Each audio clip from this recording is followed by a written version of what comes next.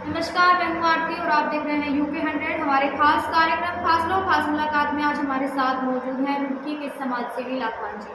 आइए आप उनसे बात करते हैं। सर, सबसे पहले तो आपका स्वागत है हमारे खास कार्यक्रम खास लोग खास मुलाकात में। आइए हम आपसे जानते हैं कि उत्तराखंड की सरकार के कार्यों के बारे में बताइए। सबसे पहले तो मैं यूके 100 न्यूज़ को धन्यवाद देना चाहूँगा कि आप लोगों ने मुझे समय दिया और मेरे तक आप लोग पहुँचे। अब रही बात आपके उत्तराखंड की सरकार के बारे में, क्या जानना चाहते हैं उत्तराखंड की सरकार? सर, उत्तराखंड की सरकार की जो योजनाएं चल रही हैं उनमें से कितना जनता को लाभ मिल रहा है उसके बारे में? देखो, मुझे तो ऐसा लगता नहीं जनता को कोई लाभ मिल रहा है। उत्तराखंड की एक योजना आई थी शहरी बेघरों की। तो शहरी बेघर में जितने बेघर थे उन्हें घर तो मिला ली, लेकिन जहाँ वो झुग्गी झोपड़ी डाल के रह रहे थे उन्हें वहाँ से हटा दिया गया। ठीक। दूसरा आ जाओ आप सरकार के या सरकार के जो अंडर में काम कर रहे हैं कर्मचारी, इनके भ्रष्टाचार पर। तो जहाँ तक मैंने ऑब्जर्व किया है वो ये किया है कि भ्रष्टाचार पहले के रेस्पेक्ट में बहुत ज़्यादा बढ़ गया है। किस तरह से? अब किस तरीके से भी, किसी भी तरीके से ले लो, आप किसी भी विभाग में पहुँच जाओ, कमीशन पहले चाहिए, काम बाद में। मान लो कोई भी ठेकेदार है, थोड़ी देर के लिए आ जाइएगा, कोई ठेकेदार अगर जो है अपना किसी काम को करने का पहले तो उसने अपना पैसा सड़क में या किसी निर्माण कार्य में लगा दिया, उसके बाद में क्या होता है कि वो अपना पेमेंट के लिए जाता है। तो वहाँ के जो सिस्टम के अंदर बैठे हुए अकाउंटेंट्स हैं या कुछ भी हैं, वो लोग पहले कहते हैं कि भाई तुम्हारा भुगतान बाद में होगा, पहले हमारा कमीशन। तो अब आप इसे क्या कहेंगे, भ्रष्टाचार बढ़ा या घटा, ये अब आप देखिएगा। सरकार कहती रहो, खूब खूब कह लो सरकार। मान लीजिएगा, ऐसे समझिएगा जैसे कुछ जगह जुआ खेल रहे हैं, पुलिस का सायरन बज जाता है, तो क्या वो जुआ थोड़े ना खेलते रहेंगे, तो भाग जाएंगे। तो ऐसे ही अगर हम मान लो किसी को पता लग जाए आज फलाने आदमी का दौरा है, आज फलाने मंत्री का दौरा है, तो क्या होगा कि वो लोग जो है वहां से उस समय बिल्कुल शरीफ बन के रह जाएंगे। सर, एक मुद्दा ये बहुत उठ रहा है कि जो आयुष्मान कार्ड है जी, इसकी योजनाओं का लाभ कुछ लोगों को नहीं मिल रहा है। देखो, ऐसे तो बहुत सारे लोग हैं, कुछ लोगों को नहीं, बहुत सारे लोग हैं जिन्हें योजनाओं का लाभ नहीं मिल रहा। मेरे संपर्क में ही बहुत सारे लोग ऐसे आए हैं अभी अभी में, हाल फिलहाल में ही, कि जिन्हें आयुष्मान कार्ड है तो उन्हें लाभ नहीं मिला। एक कैंसर पेशेंट थे, उनकी रेडिएशन होना था, तो पहले एम्स गए, एम्स में कुछ नहीं हुआ, जाकर के उन्होंने, जैसे आयुष्मान कार्ड तो पूरे देश के लिए एक होना चाहिए ना, तो वो मेरठ पहुंचे, मेरठ के एक सुख भारती हॉस्पिटल में उन्होंने अपने पेशेंट का इलाज कराना शुरू करा रेडिएशन का। तो उन्होंने आयुष्मान कार्ड चलाने से ही मना कर दिया। उन्होंने कहा कि अगर आपको इलाज कराना तो बिना आयुष्मान के कराइएगा, कैसे कराइएगा। उसके बाद आ जाओ, यहाँ के जितने भी कुछ ऐसे सिविल मतलब निजी अस्पताल हैं जिनमें आयुष्मान कार्ड लागू है, लेकिन आज जब पूरा उत्तराखंड और बल्कि मैं कहूँ पश्चिमी उत्तर प्रदेश भी डेंगू नामक एक महामारी से जूझ रहा है और लोगों को कई दिन तक के लिए हॉस्पिटलाइज होना पड़ रहा है, ऐसे में गरीब आदमी का आयुष्मान कार्ड नहीं चल रहा। कोई भी हॉस्पिटल आयुष्मान कार्ड नहीं ले रहा है। इक्के दुक्के की तो मैं बात नहीं करूँगा, लेकिन जितने भी हमारे शहर में, रुड़की शहर में जो हॉस्पिटल्स हैं जिनमें आयुष्मान लागू है, वो आयुष्मान कार्ड नहीं ले रहे हैं। अब उस आयुष्मान का आम जनता को कोई फायदा नहीं पहुंच रहा। तो आप सरकार से क्या कहना चाहेंगे इस विषय में? देखिएगा, बंद कर दो इसे। आयुष्मान क्यों लगाया आप लोगों ने, क्या फायदा इसको लगा करके? अरे जब तुम एक गरीब आदमी के लिए जो आप योजना लाए हो और उस गरीब आदमी को लाभ नहीं मिल रहा है, तो फिर उसका क्या लाभ है? सरकारी और निजी हॉस्पिटल्स हैं, उनकी जो एम्बुलेंस की कार्यशैली है उसके बारे में आप क्या कहना चाहेंगे? देखिएगा, अब सबसे पहले तो मैं अभी इन प्राइवेट हॉस्पिटल्स के बारे में कहना चाहूँगा कि जैसे एक तो आयुष्मान कार्ड जो है बेकार कर दिया इन्होंने। उसके कुछ कारण हो सकते हैं, जैसे मान लीजिएगा कि अब से पहले, इस बीमारी से पहले आयुष्मान कार्ड चल रहे थे, इन्होंने क्या करा निजी अस्पतालों ने कि बीमारी का इलाज तो 10,000 रुपये का था, उससे कैश निकाल लिया 1.5 लाख रुपए।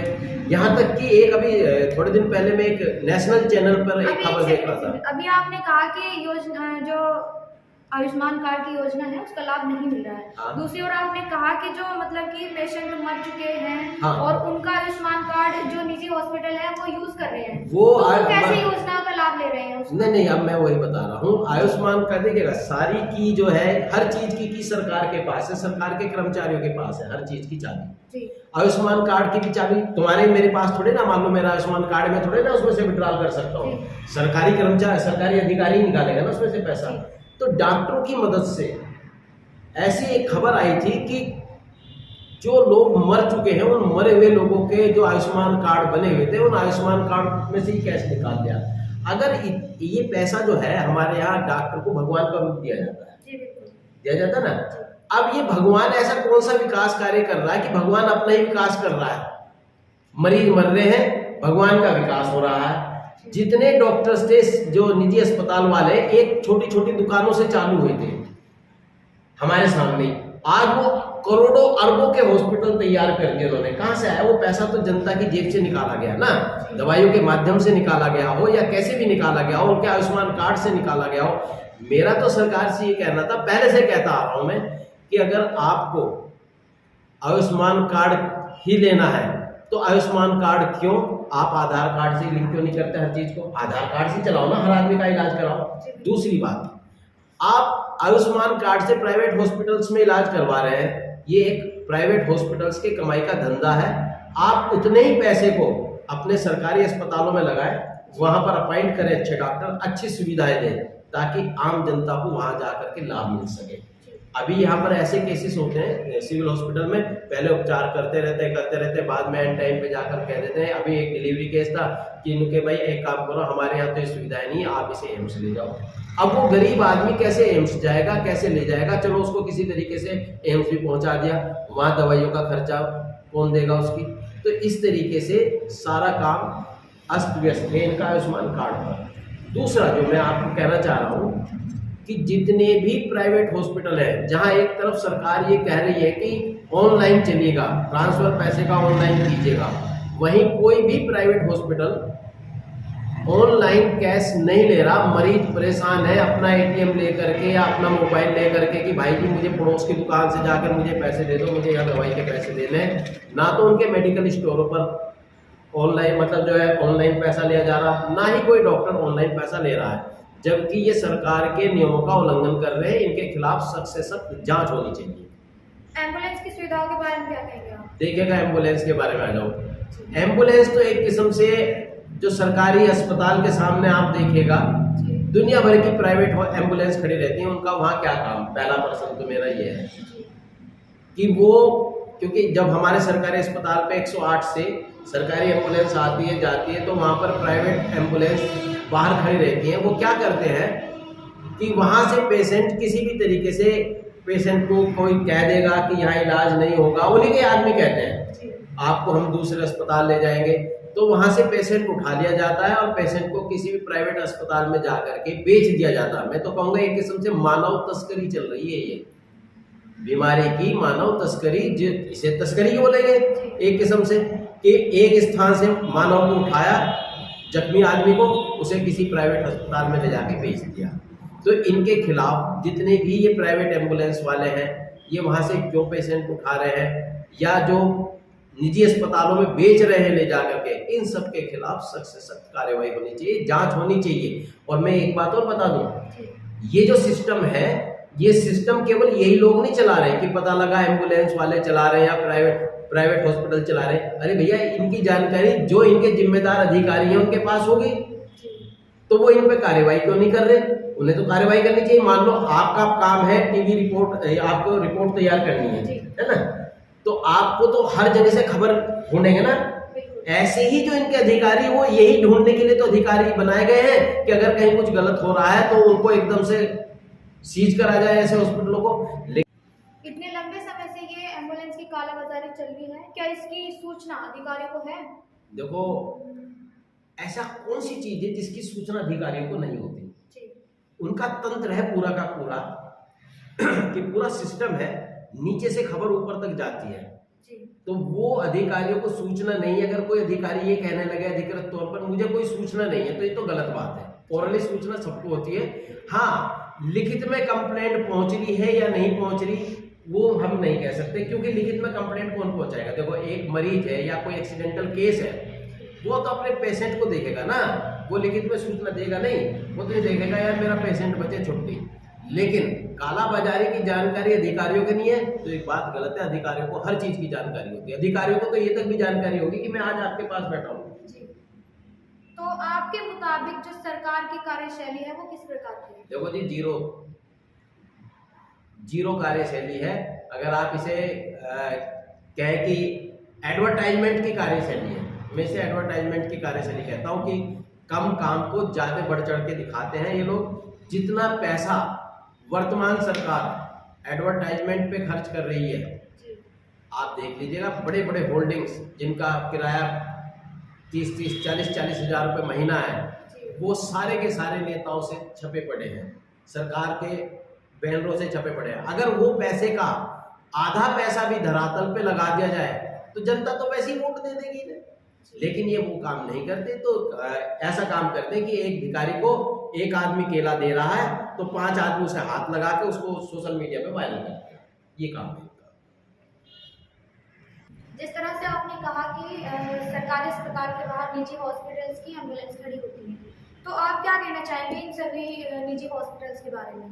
देखिए, निजी हॉस्पिटलों का एक काला बाजारी चल रही है।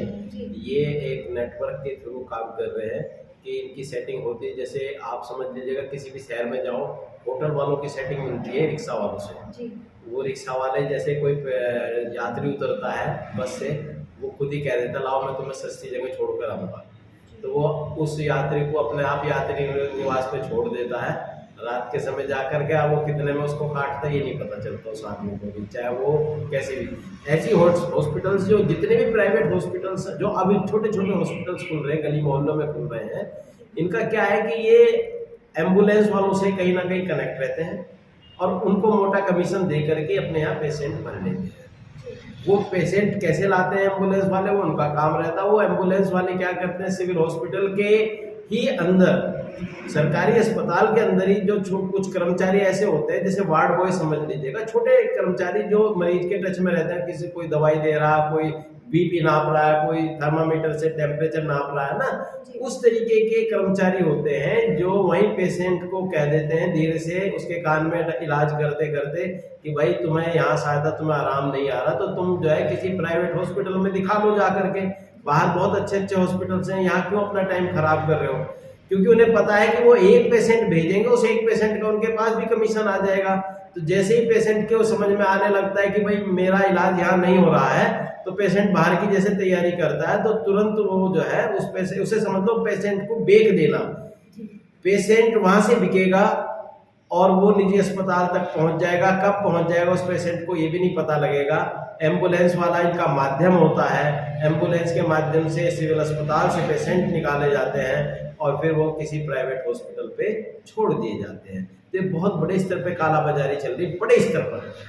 इस कालाबाजारी के विषय में आप हमारे चैनल के माध्यम से सरकार को क्या कहना चाहिए? सरकार को तो खुद देख लेना चाहिए। सरकार कोई अंधी थोड़े ना है। सरकार को जब सारी चीजें दिखाई दे रही है तो सरकार को ये नहीं दिख रहा कि भाई किस तरीके से कालाबाजारी चल रही है दवाइयों पे, डॉक्टरों पे।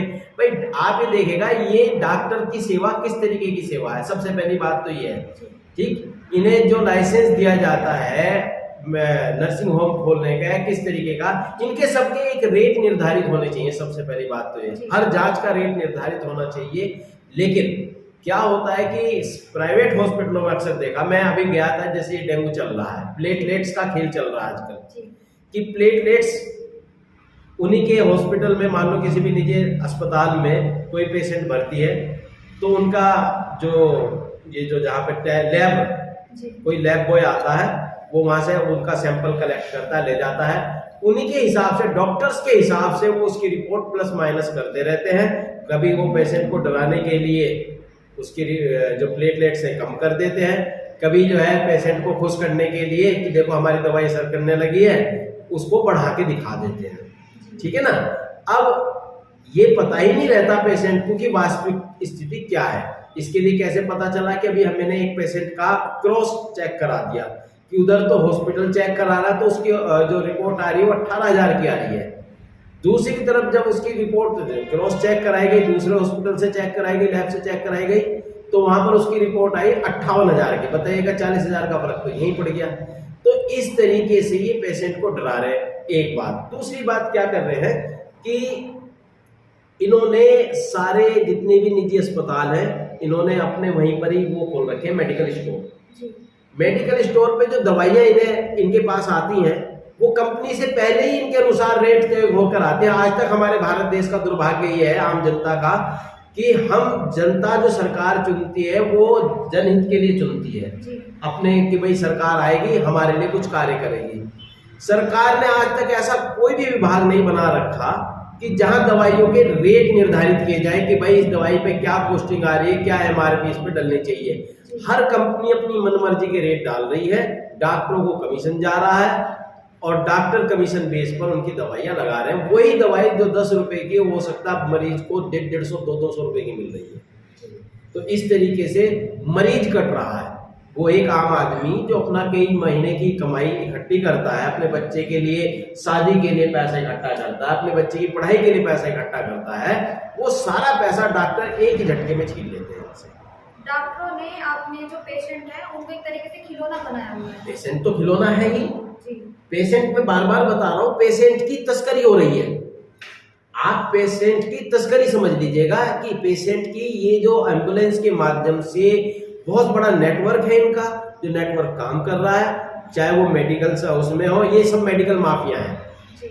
ये माफिया है, पेशेंट की तस्करी कर रहे हैं। कभी आपने सुना होगा कि उनके अंगों की भी तस्करी होती है, लेकिन फिलहाल ऐसा तो नहीं है, मगर पेशेंट की तस्करी हो रही है बड़े स्तर पर।